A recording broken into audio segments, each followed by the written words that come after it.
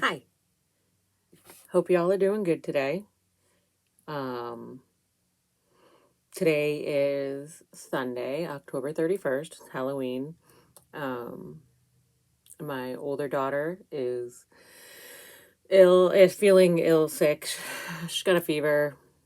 Otherwise, she doesn't have any problems, no vomiting, any of that stuff. But, so we're not doing Halloween tonight. And kind of been a very lazy day. Weather's beautiful here. I'm in Rhode Island and it's a gorgeous day today. So I took my younger daughter outside for a little bit. But we've kind of all just been chilled out, not doing much. And I've been able to knit and crochet quite a bit this weekend, which always makes me feel good. I look tired because I just took a nap. Because I could, so I did.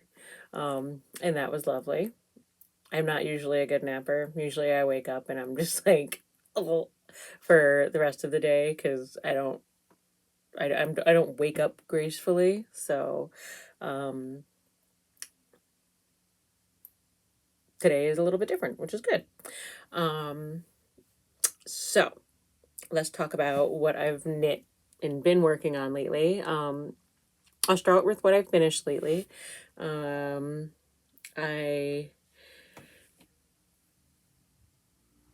made a hat for my father-in-law. This is out of something from Knit Crate. I want to say, I actually don't remember which yarn it was. I can look it up on my Ravelry though.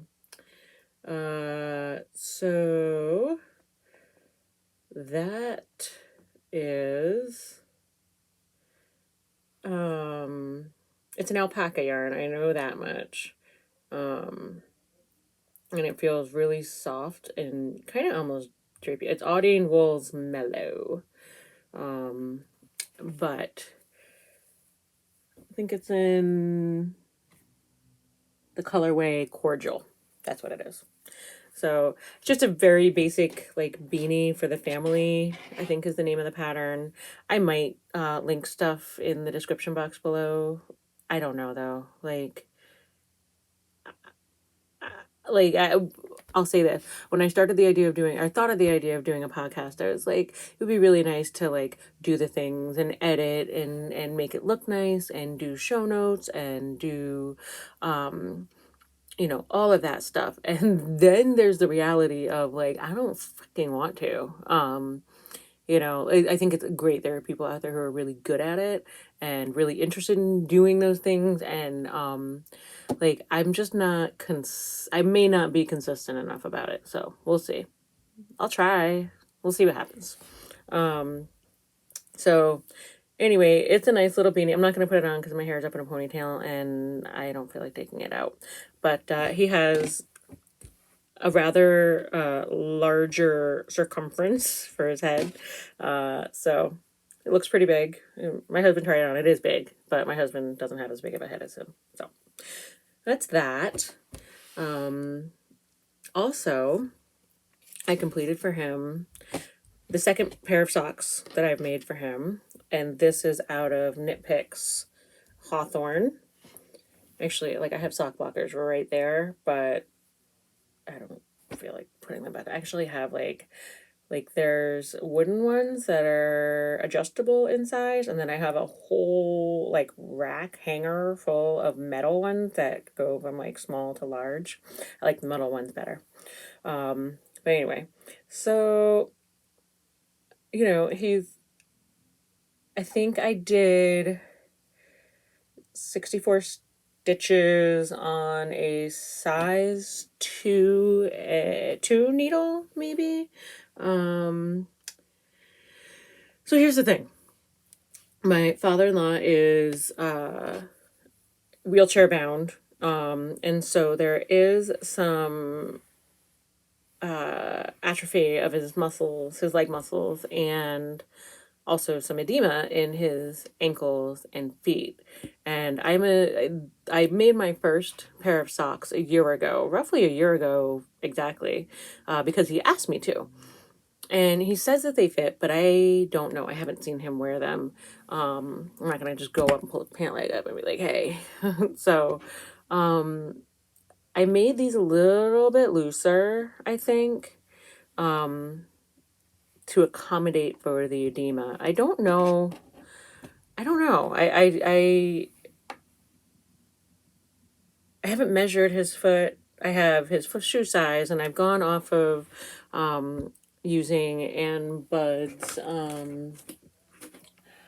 Everyday Easy Book of Socks or something like that. Whatever it's called. I have it somewhere.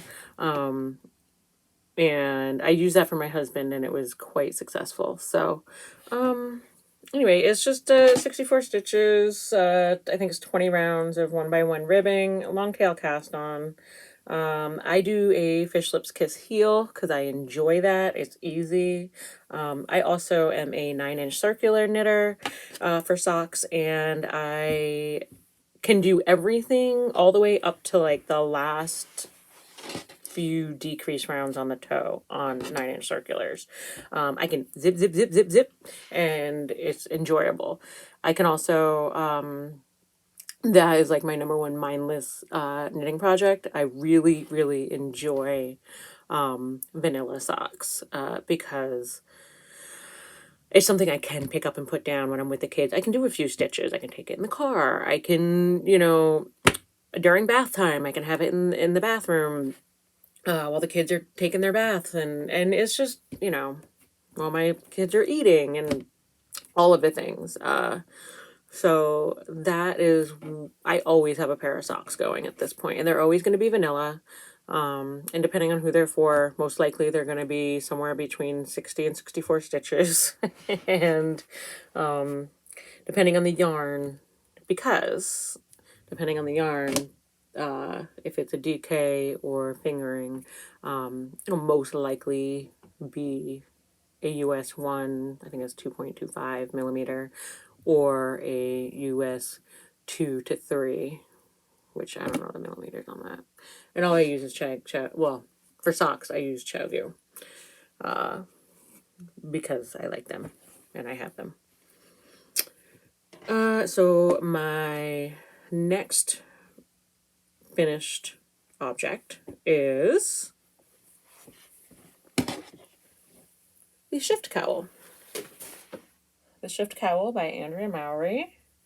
I love how this came out. I did use Spin Cycle. Doesn't it just look so nice? So nice, and I love the colors. Came out nice and like autumn-y and like rich, and like it's muted but not, and I just enjoy it quite a bit. I enjoy the knit. This was something once I got comfortable with it, I was able to pick it up and work on it around my kids, which was nice. Also, I was like, I just wanted to get it done because I wanted to be able to wear it. And yeah, I just enjoyed it. It is Spin Cycle, dyed in the wool. 2 skeins of Dream State, which were the yellow and the red one. I don't remember the colorway names. And then, Rainbow Rust. Rainbow Rust was the red. The yellow was, I'm gonna just look it up. I have to cheat here and see what I did. Yeah, Rusted Rainbow, Salty Dog is the yellow. And then I did have the dyed in the wool, which is the sport weight, which is what the pattern is written with. Dyed in the wool with the blue kind of one. And that is called Good Omen. So I got really excited when I went shopping for this yarn. I went in person to the Mermaid's Pearl in Wickford, Rhode Island, and I kind of just was so obsessed with matching skeins together that I wanted to use that I didn't pay attention to the labels, and so I mixed the weights of yarn and didn't realize till I got home. Spin Cycle's not cheap yarn at all. This was a birthday present to me, so I wanted to make it work. I did happen to have a light fingering like acrylic wool blend from Loops and Threads. I had some leftovers in my leftover scrappy bucket. And so I used that held with the Sport to make that work. The other thing is, obviously, when you use Dream State, which is a worsted weight, although it's light worsted, really,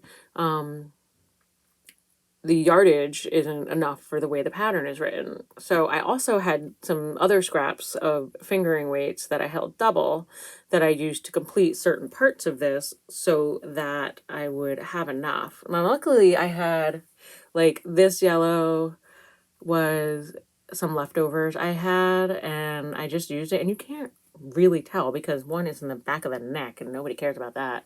And two, like, it's there. And I think I had to use it again down in here, but again, like, you can't really tell. And then the red, the rainbow rust, rainbow whatever, same thing. I ended up actually using leftovers of this when I ran out of that. And that's what you see down here. And it's all fine, and it looks good, and I'm totally happy with it. I'm so pleased with this. It is comfortable. It's not like here's the thing, when you start off doing fiber stuff like knitting or crocheting, and all you're shopping at, not all you're shopping at, but most likely what you're doing is going to a Michael's or a Joann's or Walmart, and you're looking in their yarn sections, and you don't know what you're doing, so you just kind of like go by how things feel. Do they feel soft in the ball? And do you think that would be nice? Yeah, that's how I ended up with like some of those really terrible like suede yarns that like, yeah, they felt great in this game. They sucked to work with. So in my journey, like learning about working with real wool yarn, which I'll be honest, I didn't do until maybe a year ago. And it was eye-opening. I had no idea what I was missing out on. And I thoroughly enjoy working with natural fiber yarns. I can't say that I've worked with a lot of superwash as of yet, but I think Spin Cycle might be superwash. I don't really know. But it's been enjoyable learning the animal fiber parts of things and, getting into spinning and stuff. But anyway, so this, I wouldn't necessarily, when I was newer, I don't want to say newer, less educated about yarn, I guess, I wouldn't necessarily consider this to be like super soft, but it's not scratchy in any way, shape, or form, but it is squishy and it's comfortable, but not in a like, oh, this is the baby's butt softness, No, I wouldn't say that, but it is, I'm just so pleased with it. And it's like the very first time I've ever used the yarn called for in a pattern. And I mean, I have been knitting off and on since like 2005 or 6. So like this is a long time I just make stuff fit. And I still had to do that with this because I'm an idiot and didn't pay attention to the labels.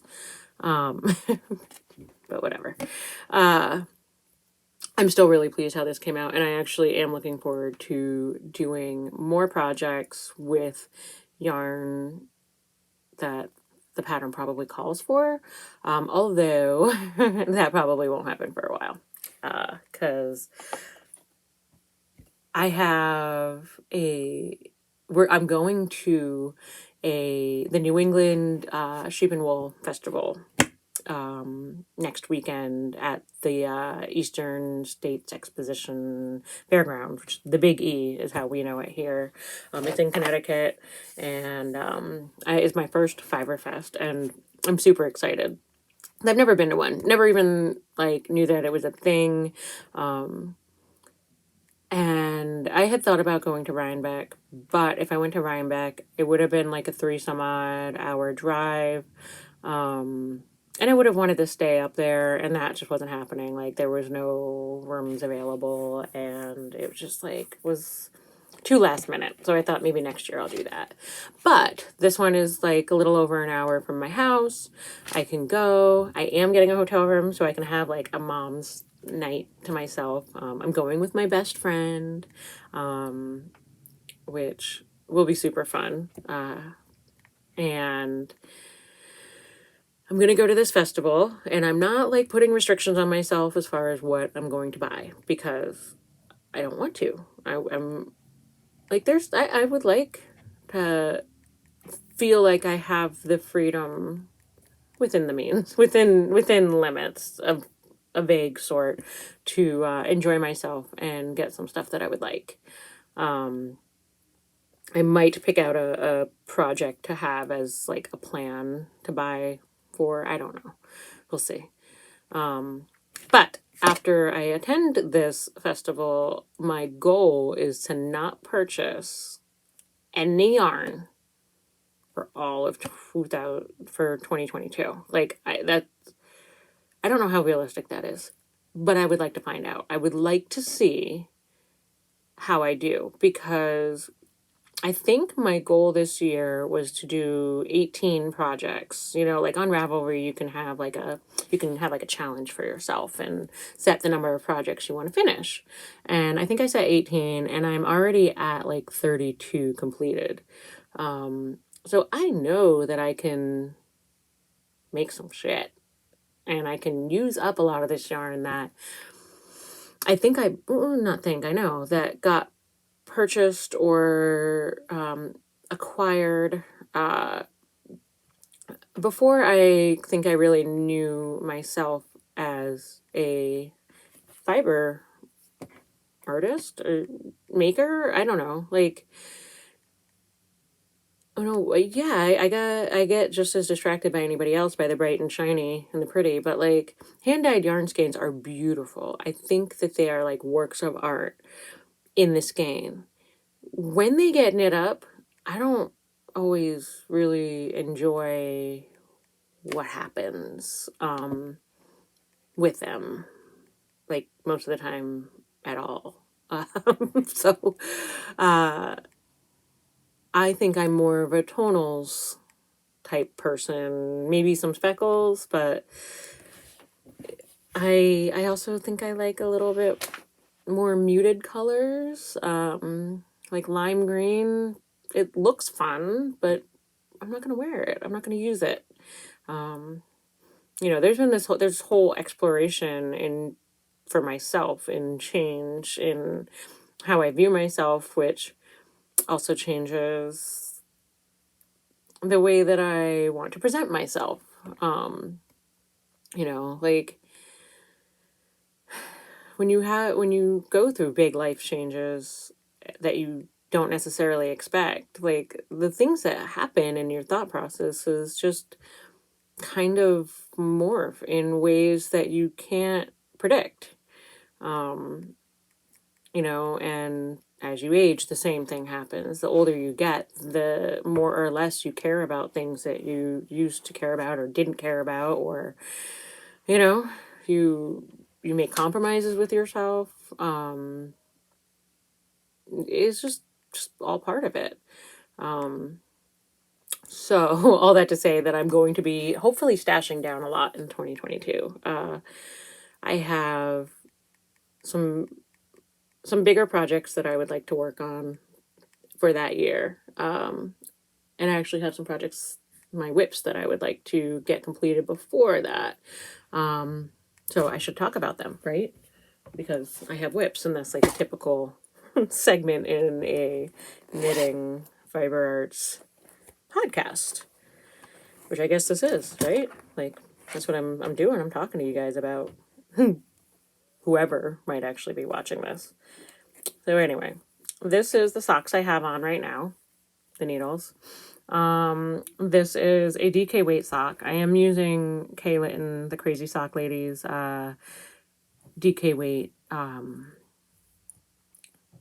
It's a pattern, but like I just use it for the numbers, and it's just a vanilla sock. But I am holding 2 yarns together that I hadn't stashed. This was a Regia 4-ply, one of their space colorways. I think it was Saturn. I had made my daughter a little pair of shorties with this a couple months ago, and she promptly outgrew them.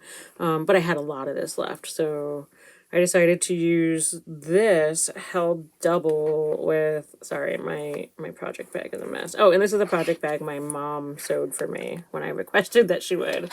It's a little box bottom bag with the zipper, and it's cute. She picked out the fabric. I really like it. It's perfect. It sits like right in the crook of my arm, so I can walk around knitting my socks. And I like it. And then this I held double with this. This is a Knit Crate sock yarn called Citrus Squeeze, I think is the colorway.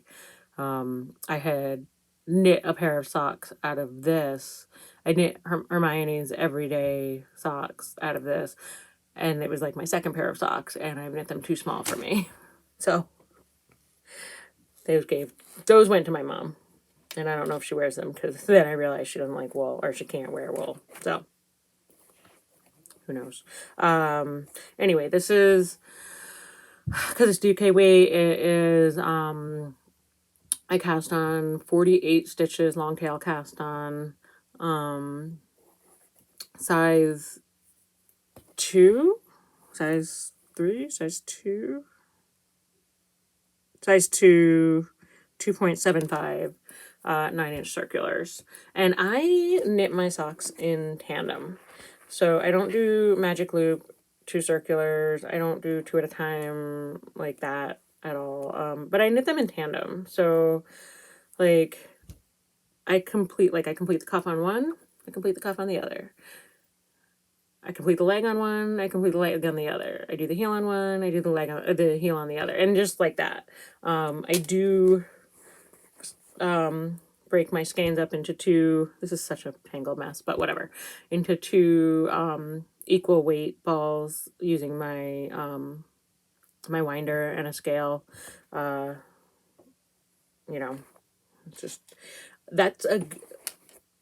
I can knit socks one at a time, and I don't have necessarily like the second sock syndrome. It's not something that really has happened to me as of yet. But I really do enjoy just getting it all done at once. So that's why I do it tandem. I think I saw that Nitty Natty, Natalie of Nitty Natty, Love and Stitches, she does it that way, and I thought that was a really awesome way to do it. So I gave it a shot, and I liked it quite a bit. Because when you're done, like you're done, and that's just, I like that. Another thing that I'm working on, and this is being held in like an AC Moore clearance. Live creatively. You know, I liked it. This, I am doing a crochet project. I had made a sweater for my daughter last year. That was not very successful. One, when I chose the pattern and bought the pattern, I failed to notice that as a crochet sweater, it was, sorry, I have a itchy nose. As a crochet sweater, it wasn't crocheted in the round. It had a seam going up the back, which I didn't like. And especially because the yarn I used was so heavily variegated, it didn't look good, like to be seamed up the back. So I made it. The neck hole was too small. She didn't wear it ever. Like, she put it on to try it on, but she never wore it.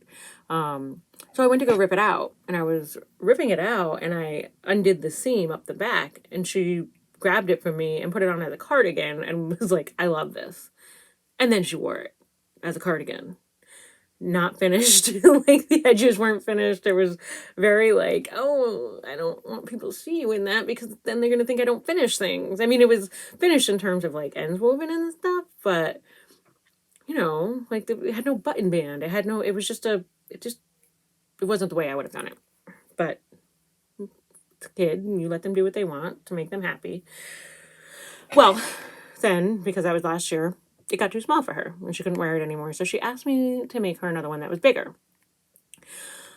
I happen to have almost 2 full skeins left of the yarn I had originally used. So I just ripped out that sweater and I am making a different cardigan. This one it's a Lion brand pattern that I found that she liked, and it's got a hood, and it's let's see if I can, yeah, it's the child's hooded cardigan from Lion brand, and this is a bulky weight yarn. It's heavily variegated, which I wouldn't buy, and it's the mandala, the Lion brand mandala in the colorway tea berry. I saw this and thought my daughter would really like it, and I think she does. She likes the pink. I can't stand it. I don't like the way it pools. I don't like the way that it looks. But she likes it, so I'm going to make this sweater for her, and then when she's done wearing it, it will get folded up and put away for her sister to wear if she ever wants to, and I will not have to knit with this stuff again. By the way, it's like a singles, or it's supposed to mimic a singles because it's acrylic, mostly acrylic, I think. Yeah, it's 75 acrylic, 15 wool, and 10% nylon. So it's basically, all plastic. Which is fine because, she's 5. She's going to get shit all over it. But I don't enjoy working with it. Now that I've been working with alpaca yarns and wool yarns and things like that, I find that I can feel this difference in how the things feel, and I just don't enjoy it as much. But, hopefully she'll like this sweater. It should be a fairly quick project. So I can get that done. I can have those extra 2 balls out of my stash and create more room, and that will make me feel better. Which, let's be honest, I want to feel better about my stash. I want to feel better about my yarn choices. So I'm going to make good decisions if I can about it. I have one more whip to share, and this one I'm really excited about. So I want to make garments that fit me, that I feel good in, and that fit me. I have just as unique of a body as anybody else. I'm very large breasted, with a kind of like an hourglass sort of shape, but with a short torso. And so certain things kind of just following regular patterns may not work well for me. And I didn't know about that, so I made my first sweater last year. I just followed the pattern, the Flax by Tin Can Knits, and it was great. It was a wonderful first sweater learning experience. I just don't really like the way it fits me. I'll still wear it, but it's not everything that it could have been, and a first sweater most likely isn't going to be, and that's okay. But I had bought a sweater's quantity of the Vitellana Celestial in the colorway Callisto from Knit Crate. It's kind of reading, sorry, I have like not great lighting in here, but I mean, it looks like it's a pretty dark tealy blue that can read green under some lights, and it's really, really pretty though. And it is a 90% alpaca, 10% tencel, and they have it labeled as an Aran weight, but I would consider it more worsted. Like lighter worsted. So I don't know, but it feels really nice. And I am making a cardigan. Now, the cardigan that I'm making is not a specific pattern. It is one from the Handy Book of Top-Down Sweaters by Ann Budd, which I had used her sock book. And the reason why I like this is because it goes based on your gauge and your measurements, and it kind of teaches you how to make that work in a sweater and what size you want. So, like, this yarn, even though it's an Aran weight, I am knitting the cardigan on a US size 5 needle because the fabric, when I did it at a 7, was so loose and I didn't like it. I wanted it to be not stiffer necessarily, and it's not stiff. Like, it's not at all stiff, but I wanted it to be at a tighter gauge. And it's alpaca, so it's gonna grow. Like, I don't have much shit. I lost some stitches. I don't have much experience with alpaca in terms of like a garment, and this may pill like crazy and be a terrible decision, but I'm okay with it being a terrible decision in terms of that because it's all just part of the learning process. And because the original pattern that I had bought this yarn for, I don't think this yarn would have worked well for her. And I had gotten it for the White Pine by Andrea Mowry. And I don't think this yarn would have quite worked the way that I wanted it to for that pattern. Not without some heavy modification. And like, I'm just not that good at that. Like, I can fix stuff, but like to modify it beforehand, like on purpose, I don't know. That's kind of crazy. So anyway, this is what I've already joined. So you knit it from the top down, and the way, so you start, and it's a set-in sleeve, which I haven't done. So it's you start at the top and you work the back, and then you put it all on waste yarn and you go and you join with the shoulders and you work the fronts, and then you join the fronts to the back, and then you just work back and forth. And there is an option to work it in the round and then steek it. And as much as I wanted to try that, I also really wanted to not experiment, but to learn about my my purling, I suppose. If basically I just wanted to see what would happen if I knit flat. And what happened is I started rowing out, and rowing out is when your purl stitches are, your knit or your purl stitches are looser than the other. It's my purl stitches, and I know that. So I switched my purling needle on that side to one size down, to a size US 4, and that fixed it. So that's pretty cool. So anyway, I am excited to be working on that because, like, you know, you go through and you take all the measurements and you put together this sweater and you look at the sizes and you put it together to work for you. Now, this book is older, I believe. It is, let me see, when was this? 2012. Okay, so we're looking at almost 10 years old here. And, you know, that was 2012, when you say it, at least at my age, it doesn't sound that long ago. It was a long time ago, especially in terms of the cultural, societal phenomena of body positivity and inclusivity.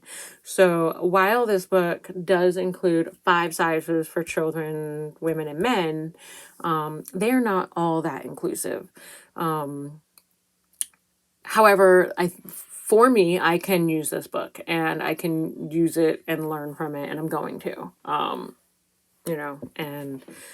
I'm going to enjoy that. I don't know if amendments have been made to it, if she has done more. I really don't. But that's what I'm using. So that's all my finished objects, my whips, and I did yesterday, over the weekend, yesterday and today, I took a little bit of time to spin up one of my samples I got from Hearthside Fibers.